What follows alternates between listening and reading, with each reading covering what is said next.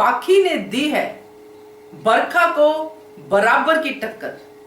नमस्कार दोस्तों, स्वागत है आपका आपके अपने चैनल हंग्री स्पिरिट्स में। हंग्री स्पिरिट्स देख रहे सारे दर्शकों का मैं अंजू शर्मा दिल से स्वागत करती हूं। दरअसल पाखी बनी है अनुपमा की असली सेनापति, जिसने अब अपनी मां की सारी प्रॉब्लम को समझा और अपने तरीके से उसको हैंडल किया, अनुपमा के तरीके से नहीं, क्योंकि बरखा जैसे लोग यही भाषा समझते हैं।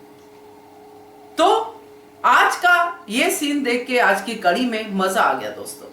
चलिए इस पे चर्चा करते हैं। पहले वही निवेदन, जिन्होंने अभी तक चैनल को सब्सक्राइब नहीं किया है कृपया कर लीजिए। साथ में दोस्तों बेल आइकॉन दबाइएगा ताकि आपको हमारे वीडियोस के नोटिफिकेशन मिलते रहे।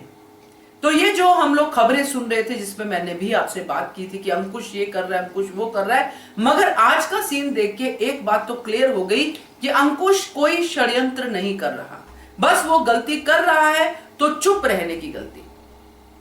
तो आगे पता चलेगा क्या सच है क्या नहीं, मगर अभी तक तो यही लगा है, क्योंकि पाखी ने जिस तरह एंट्री मारी है कपाड़िया हाउस में और पूरा का पूरा नक्शा कपाड़िया हाउस का बदल दिया है। बरखा की तो सिट्टी पिट्टी गुम है, बरखा देख के हैरान है और पाखी बरखा के कंट्रोल में आ नहीं रही है। पाखी ने बरखा के एक एक इरादे को स्पष्ट तरीके से अंकुश और अधिक के सामने रख दिया, और डायरेक्टली नहीं इनडायरेक्टली। उन दोनों के चेहरे पे जो स्माइल थी, अधिक और अंकुश के चेहरे पे, उससे एक ही बात दिख रही थी दोस्तों कि वो पाखी के साथ सहमत है। वो सिर्फ और सिर्फ अनुज का बिजनेस संभालने की कोशिश कर रहे हैं और कुछ नहीं, मगर बरखा ऐसा नहीं कर रही है, यह भी उनको पता है। मगर बरखा से दूर रह के तो चीजें हैंडल नहीं हो सकती ना, बरखा के आसपास ही रहना पड़ेगा। इसलिए शायद अधिक बरखा के साथ था, क्योंकि वैसे ही वो कर सकता है जैसे बरखा कर रही है, उसको कंट्रोल करने के लिए, ताकि बरखा बिजनेस का ऐसी तैसी ना फेर दे। तो ये दोनों तो मुझे ऐसा लग रहा है कि वही कर रहे हैं, सही तरीके से चीजों को हैंडल कर रहे हैं, मगर पाखी को ये लेट से समझ में आया।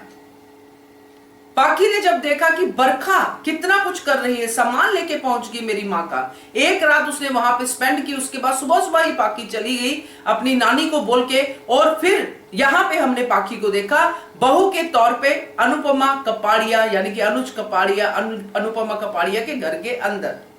और मजा आ गया जब उसने ये कहा कि राजा और रानी की चेयर्स के ऊपर कोई नहीं बैठ सकता, वो लोग वापस आएंगे। बरखा तो बाप रे, बरखा को देख के इतने दिनों के बाद जो बरखा इतना बोल रही थी, अब उसके चेहरे की हवाइयां उड़ते देख के मजा आ गया। उसको तो एक ही दिन में दो दो शौक लग गए दोस्तों।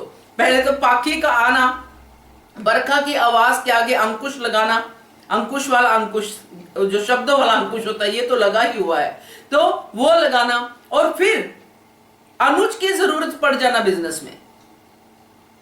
तो दोस्तों बरखा के लिए ये शौक से कम नहीं है, क्योंकि वो तो एकदम से हैरान होगी कि अनुज को बुला रहे हो, अनुज को मत बुलाओ, यहां पे चल जाएगा। कैसी औरत है, बाप रे बाप, ऐसी औरत को तो पाखी ही सीधा कर सकती है। और पाखी जो कर रही है, अनुपमा ये लास्ट स्टेज पे आके करती है, क्योंकि अनुपमा पहले प्यार से समझाने की कोशिश करती है, रिश्तों को बिगड़ने नहीं देती है, मगर पाखी शुरू से ही स्ट्रेट फॉरवर्ड रही है, सीधा बात को चाहे कोई भी सामने हो, अपनी दिल की बात सीधा कह देती है। मगर अब पाखी अपने तरीके में थोड़ा सा सुधार लाके कर रही है। जैसे उसने कहा कि मैं ऑफिस ज्वाइन कर लूं, उन्होंने कहा हाँ, तो बरखा की हवाइयां फिर से उड़ गई, क्योंकि बरखा तो पाखी को आसपास नहीं फटकने देना चाहती। पाखी घर में ही नहीं आई, बल्कि ऑफिस में भी इंटरफेयर करेगी। तो ये तो बरखा के ऊपर शौक करने वाला एपिसोड था। अब बरखा को सिर्फ और सिर्फ माया का सहारा है दोस्तों।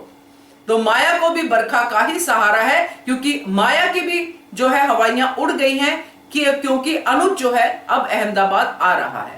अब ये दोनों मिलके क्या प्लानिंग एंड प्लॉटिंग करती है वो तो देखेंगे, मगर अब अनुपमा के सिपाही जाग गए हैं और अब महामिलाप दूर नहीं है।